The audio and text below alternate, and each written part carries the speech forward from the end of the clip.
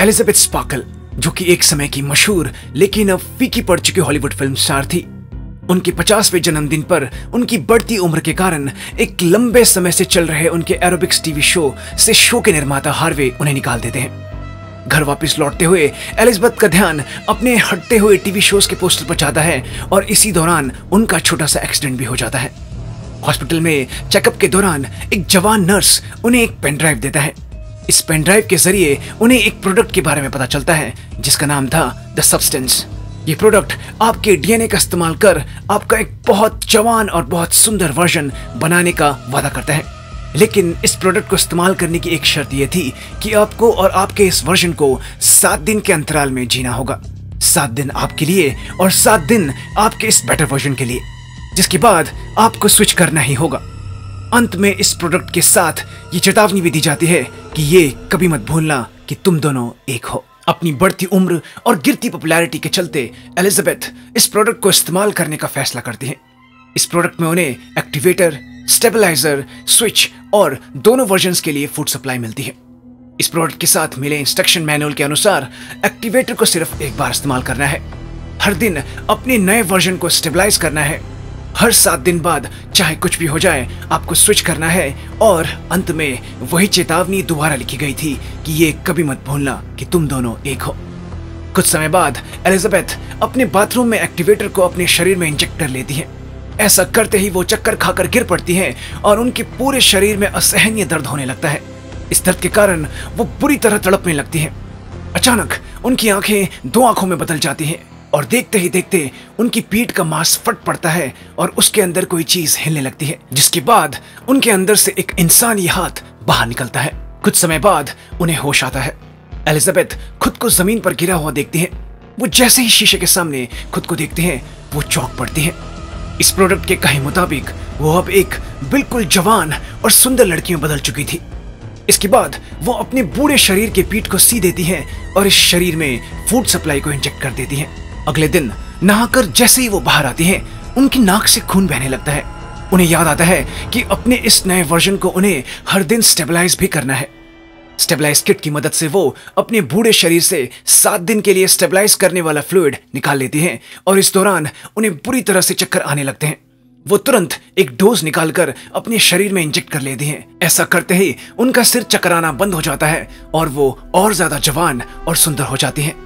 अपने नए शरीर को तरोताजा रखने के लिए एलिसा को ये स्टेबलाइजर फ्लूइड हर दिन लगाना था, जिसके बाद वो सीधा अपने ही शो के ऑडिशन के लिए पहुंच जाती हैं। उनकी खूबसूरती और बेहतरीन फिगर को देख कास्टर्स उन्हें इमीडिएटली हायर कर लेते हैं। हार्वे भी सू को देख बहुत खुश हो जाता है। शो 2 हफ्तों में लाइव जाने वाला था तो वो जल्दी से जल्दी शो के लिए तैयारी शुरू करने की बात सू को कहता है। ये बात सुन सू घबरा जाती है क्योंकि 7 दिन बाद उसे स्विच भी करना था। वो हार्वे को झूठ कह देती है कि हर दूसरे हफ्ते वो अवेलेबल नहीं हो सकती क्योंकि उसे अपनी बीमार माँ का ख्याल रखना होता है। हार्वे को ये बात पसंद तो नहीं आती, लेकिन क्योंकि उसे सू जैसी ही बेहद खूबसूरत एक्ट्रेस चाहिए थी वो मान जाता है। सू बेहद खुश और कॉन्फिडेंट महसूस कर रही थी, जो उन्होंने कई सालों में अपने पुराने शरीर में महसूस नहीं किया था। और ऐसा हो भी क्यों ना, वो इतनी ज्यादा खूबसूरत और आकर्षक हो गई थी कि हर कोई उन्हें मुड़ मुड़ कर देख रहा था। फोटोशूट्स और रिहर्सल्स के साथ शो की तैयारी जोरों शोरों से शुरू हो जाती है और आखिरी स्टेबलाइजर फ्लूइड को यूज करने के साथ सू के 7 दिन भी खत्म हो जाते हैं। सू स्विच करना तो नहीं चाहती थी, लेकिन वो जानती थी कि यह जरूरी है। जैसे ही सू स्विच किट का इस्तेमाल करती है वो बेहोश हो जाती है और उसी पल एलिसा को होश आता है। वो सू के शरीर में फूड सप्लाई इंजेक्ट कर देती है, जिसके बाद वो हार्वे के ऑफिस पहुंचती हैं, जो उन्हें बिल्कुल भाव नहीं देता और उनका सामान और एक तोहफा देकर उन्हें अलविदा कह देता है। एलिसा को अपने इस पुराने शरीर में बिल्कुल मजा नहीं आ रहा था। वो अपने 7 दिन खत्म होने का बेसब्री से इंतजार करने लगती हैं। उसी दौरान उन्हें उनका रिफिल किट भी डिलीवर हो जाता है।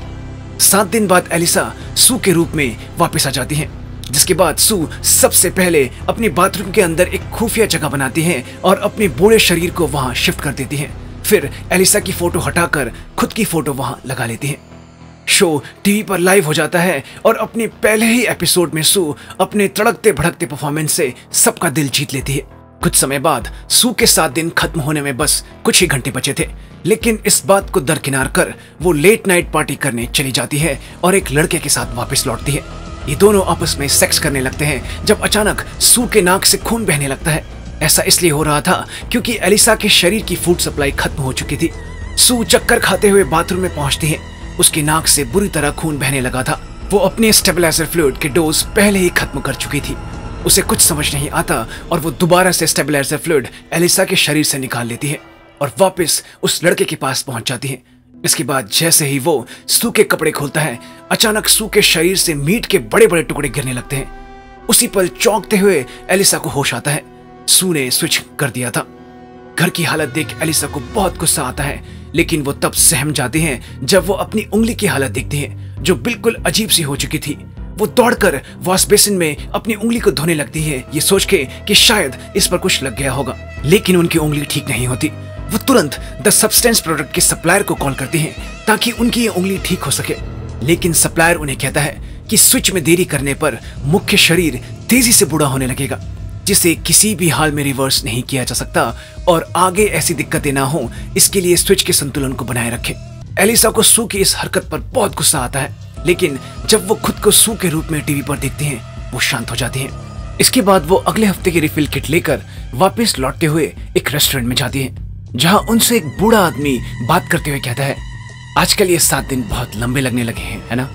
अकेली पड़ गई हो ना? एलिसा उस बूढ़े आदमी के हाथ के निशान को देख समझ जाती है कि हॉस्पिटल का वो जवान नर्स असल में इस बूढ़े आदमी का जवान रूप था।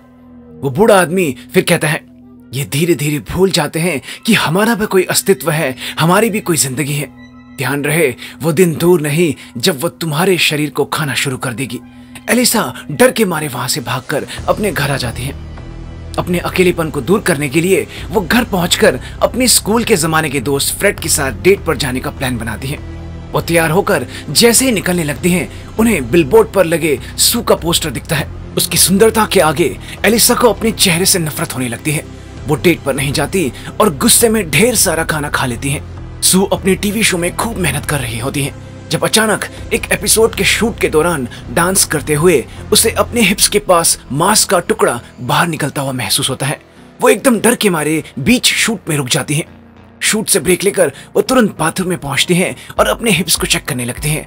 उसे मांस का एक बहुत बड़ा टुकड़ा अपने हिप्स में दिखता है, जिसे वो धकेलते हुए अपनी नाभि तक ले आती हैं और फिर अपनी नाभि में हाथ डालकर बाहर निकालती हैं। ये चिकन का लेग पीस था।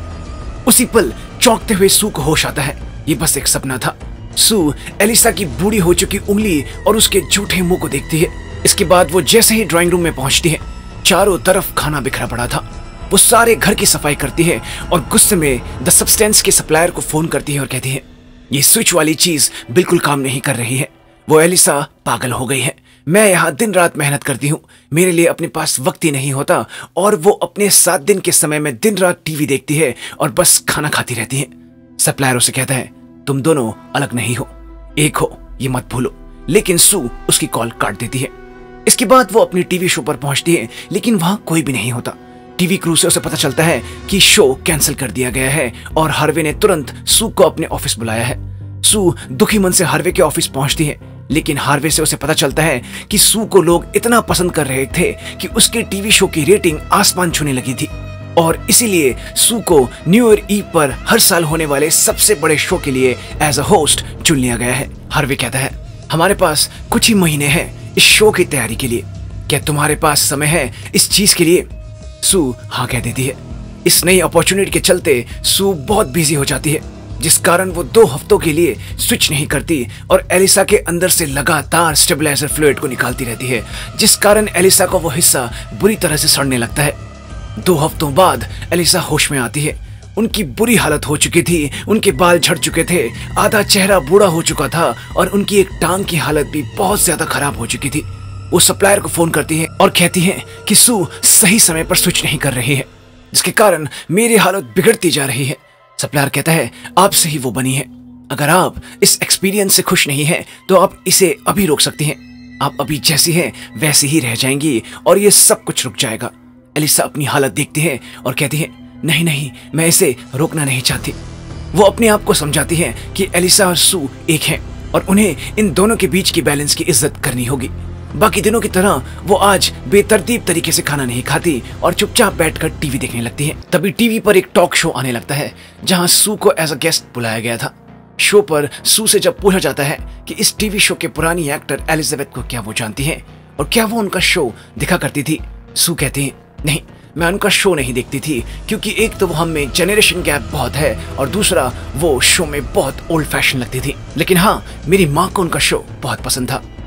इस शो को वाकई में चेंज की जरूरत थी। इस बात को सुन एलिसा को बहुत गुस्सा आ जाता है और वो पागल सी हो जाती हैं और गुस्से में ढेर सारा खाना बनाने लगती हैं और उसके बाद पागलों की तरह अंडे टीवी पर और अपने घर के शीशे पर मारने लगती हैं जहां से सू का बिलबोर्ड दिख रहा था। फिर उस पर अखबार चिपका देती हैं। एल्सा और सू एक दूसरे को अलग अलग व्यक्ति के रूप में देखने लगी थी और एक दूसरे से बहुत ज्यादा नफरत करने लगी थी। स्विच के बाद सू को होश आता है। घर में चारों तरफ खाना ही खाना बिखरा पड़ा था। वो ये फैसला करती है कि अब चाहे जो हो जाए वो वापस स्विच नहीं करेगी। जिसके बाद वो एलिसा के शरीर से ढेर सारा स्टेबलाइजर फ्लूइड निकाल लेती है। 3 महीने बाद सू का न्यू ईयर ईव शो अगले दिन रात 9 बजे लाइव जाने वाला था। वो अपने नए बॉयफ्रेंड के साथ खुशी खुशी रहने लगी थी। सोने जाने से पहले वो स्टेबलाइजर फ्लूइड निकालने के लिए बाथरूम में जाती है जहां एलिसा की बॉडी ढकी हुई रखी थी और फूड सप्लाईज का ढेर लगा हुआ था।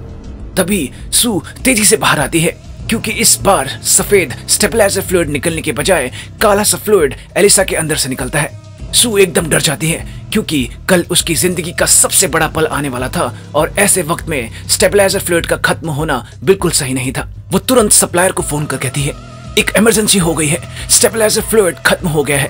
तभी सू के नाक से खून बहने लगता है। सप्लायर कहता है इसका मतलब है तुमने सब्जेक्ट के शरीर से सारा का सारा स्टेबलाइजर फ्लूइड ड्रेन कर लिया है। सू के नाक से और खून बहने लगता है। सू कहती है मुझे अभी स्टेबलाइजर फ्लूइड की सख्त जरूरत है। सप्लायर कहता है तुम्हें स्विच करना होगा ताकि स्टेबलाइजर फ्लूइड को रीजनरेट करने का वक्त मिल सके। सू कहती है नहीं, ये मैं बिल्कुल नहीं कर सकती, मेरा कल एक बहुत ही इंपॉर्टेंट शो है, मैं स्विच बिल्कुल नहीं कर सकती। लेकिन सप्लायर कहता है स्विच के अलावा तुम्हारे पास और कोई तरीका नहीं है। तभी सू चक्कर खाकर गिर जाती है और जैसे तैसे रेंगते हुए बाथरूम तक पहुंचती है। बड़ी मुश्किल से वो स्विच किट को निकालती है जिस दौरान बहुत सारा सामान गिर जाता है, जिसकी आवाज से सू का बॉयफ्रेंड उठ जाता है और बाथरूम की तरफ आने लगता है।